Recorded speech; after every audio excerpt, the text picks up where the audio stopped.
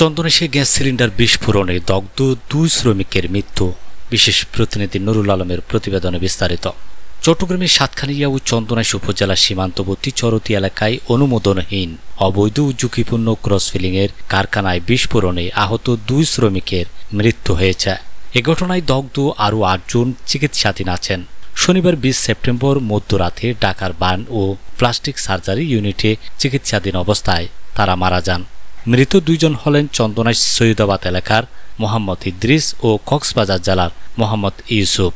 মৃত ইদ্রিসের ছোট ভাই আবু তালহা জানান, আমার বড় ভাই ইন্তেকাল করেছেন, আরও একজন মারা গেছেন। আমরা এখন লাশ বাড়িতে নেওয়ার ব্যবস্থা করছি। চিকিৎসাধীন 8 জন হলেন অবৈধ গ্যাস সিলিন্ডার গুদামের মালিক মাহবুবুর রহমান, মোহাম্মদ আকিব, মোহাম্মদ হারুন, মোহাম্মদ কফিল, মোহাম্মদ রিয়াজ, মোহাম্মদ সৌরভ রহমান, মোহাম্মদ লিটন ও মোহাম্মদ সালেহ। তারা ঢাকার বার্ন অ্যান্ড প্লাস্টিক সার্জারি ইউনিটে হাসপাতালে চিকিৎসা নিচ্ছেন।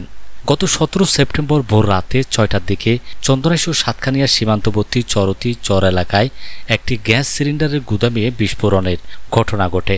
এতে ওই দোকানের মালিক, শ্রমিক সহ 10 জন দগ্ধ হন। তাদের উদ্ধার করে চট্টগ্রাম মেডিকেল কলেজ হাসপাতালে ভর্তি করা হলেও আশঙ্কাজনক অবস্থায় ঢাকায় স্থানান্তর করা হয়।